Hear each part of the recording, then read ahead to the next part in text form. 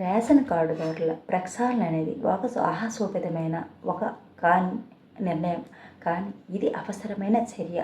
ఇది భారతదేశంలో ప్రభుత్వ పథకాలు మరింత న్యాయంగా సమర్థవంతంగా పేదలకు చేరడానికి అనేది దారితీస్తుందని చెప్పుకోవచ్చు. ఇది కేవలం ఒక జాబితాను తొలగించే ఉద్దేశం అయితే కాదు, నిజమైన అర్హులకు ఆసరా కల్పించి వారి జీవితాల్లో వెలుగులు నింపే ప్రయత్నమని చెప్పుకోవచ్చు. ఈ చర్య భవిష్యత్తులో దేశ ప్రజల ఆహార భద్రతకు ఒక బలమైన పునాది వేస్తుందని ఆశిద్దాం. రేషన్ తీసుకున్న వారికి కేంద్ర ప్రభుత్వం కొన్ని నిర్ణయాలు అయితే జారీ చేయడం జరిగింది. అందులో ఏం చేసింది అనేది ఈ వీడియోలో పూర్తిగా చూద్దాం. భారతదేశంలో రేషన్ కార్డులు అనేవి పేద కుటుంబాలకు ఒక ఆశాకిరణం లాంటివి. అయితే కడుపు నింపుకోవడానికి అవసరమైన బియ్యం, గోధుమలు, పప్పులు వంటి నిత్యావసరాలకు తక్కువ ధరకు పొందడానికి ఈ రేషన్ కార్డులు అనేవి వాళ్ళకి ఉపయోగపడతాయి.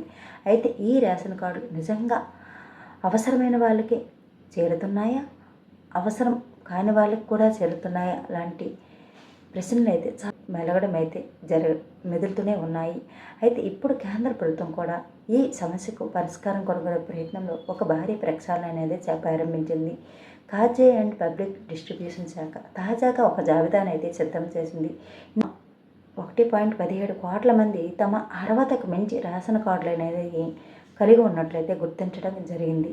వీరందరినీ అర్హత లేని లబ్ధిదారులుగా గుర్తించి సెప్టెంబర్ 30లోపు జాబితా నుంచి తొలగించాలని అన్ని రాష్ట్రాలకైతే ఆదేశాలు జారీ చేయడం అయితే జరిగింది. ఇది చాలా ముఖ్యమైన నిర్ణయమైనా చెప్పుకోవచ్చు. ఎందుకంటే ఈ చర్య వల్ల జాతీయ ఆహార భద్రతా చట్టం కింద అర్హత ఉన్న నిజమైన పేదలకు ప్రయోజనం అనేది అందుతుంది. సో కేంద్ర ప్రభుత్వం ఈ కొత్త జాబితాను రూపొందించడానికి చాలా తెలివిగా వ్యవహరించిందని చెప్పుకోవచ్చు. అయితే ఆధునిక సాంకేతికతను ఉపయోగించి ప్రభుత్వంలోని వివిధ శాఖల డేటాబేసులను ఒకదానితో ఒకటి సరిపోల్చారు. ఈ ప్రక్రియలో బయటపడిన ఆశ్చర్యకరమైన విషయాలు ఏంటంటే, ఆదాయ పన్ను చెల్లింపుదారులు కూడా రేషన్ కార్డును ఆదాయ పన్ను చెల్లింపుదారులు కూడా ఈ రేషన్ కార్డులో ఉన్నారన్నమాట. అయితే సుమారు 94.71 లక్షల మంది రేషన్ కార్డుదారులు ఆదాయ పన్ను అనేది చెల్లిస్తున్నారు. అయితే ఒకవైపు ప్రభుత్వం నుండి ఉచితంగా రేషన్ తీసుకుంటూనే మరోవైపు పన్నులు కట్టేంత ఆదాయం వీరికి ఉంది. అయినా వీళ్ళైతే రేషన్ కార్డు విడిచిపెట్టట్లేదు. నిజానికి వార్షిక ఆదాయం వాళ్ళకి ₹1,00,000 ఉన్నట్లయితే వాళ్ళకి రేషన్ కార్డు అనేది ఎలిజిబిలిటీ అయితే కాదు. కానీ ఈ ఉచిత రేషన్ మాత్రం వాళ్ళు తీసుకోవడం జరుగుతుంది. ఈ నియమాన్ని వాళ్ళు ఉల్లంఘిస్తున్నారు. అలాగే 4 వీలర్ యజమానులు దాదాపు 17.51 లక్షల మంది 4 వీలర్ యజమానులు ఉచిత రేషన్ అయితే పొందుతున్నారు. అసలు కార్లు కలిగి ఉండేవారిని సాధారణంగా ధనవంతులుగానే గుర్తిస్తారు. ఇలాంటి వారికి ప్రభుత్వం ఇచ్చే ఉచిత రేషన్ అసలు అవసరమే లేదు. అసలు వీళ్ళందరూ దీనికోసం ఇదంతా తీసుకుంటున్నారు, ఉచిత పథకాల కోసమేనా అనేసి ఆలోచించాల్సిన విషయం. అయితే ఇంకా కంపెనీ డైరెక్టర్ 5.31 లక్షల మంది కంపెనీల్లో డైరెక్టర్లుగా ఉంటూ వీరి ఆర్థిక పరిస్థితి చాలా బాగుంటుంది కూడా. అయినప్పటికీ పేదల కోసం ఉద్దేశించిన ఈ పథకాన్ని అయితే వాళ్ళు కూడా దుర్వినియోగం చేస్తున్నారు. ఇక ఈ డేటాబేస్ సరిపోలడం వల్ల ఈ అర్హత లేని లబ్ధిదారులు అయితే బయటపడడం జరిగింది. ఇది గతంలో ఎన్నడూ జరగని విప్లవాత్మకమైన మార్పు అనే చెప్పుకోవచ్చు. అలాగే మన దేశంలో కోట్లాది మంది ప్రజలు ఇప్పటికీ 2 పూట్ల సరిగ్గా తినడానికి చాలా కష్టపడుతున్నారనే తెలుస్తుంది. అయితే ఇలాంటి వారికి జాతీయ ఆహార భద్రతా చట్టం ఒక పెద్ద భరోసా అయితే ఇవ్వడం జరుగుతుంది.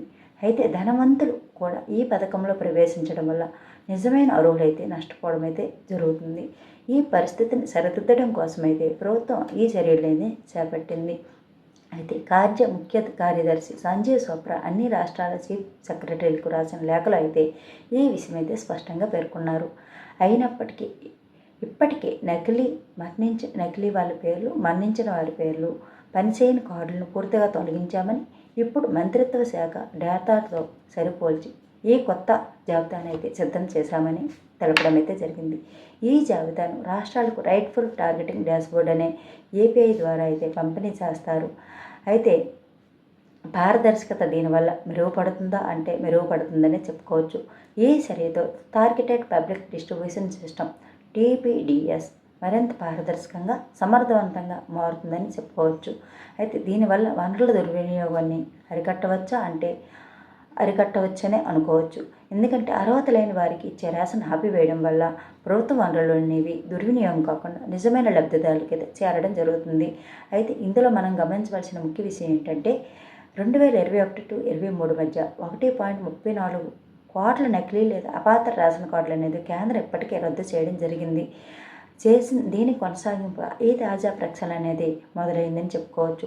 ప్రస్తుతం ఎన్ఎఫ్ఎస్ఏ కింద 81.35 కోట్ల మంది రేషన్ అందించే గరిష్ట పరిమితి ఉంది.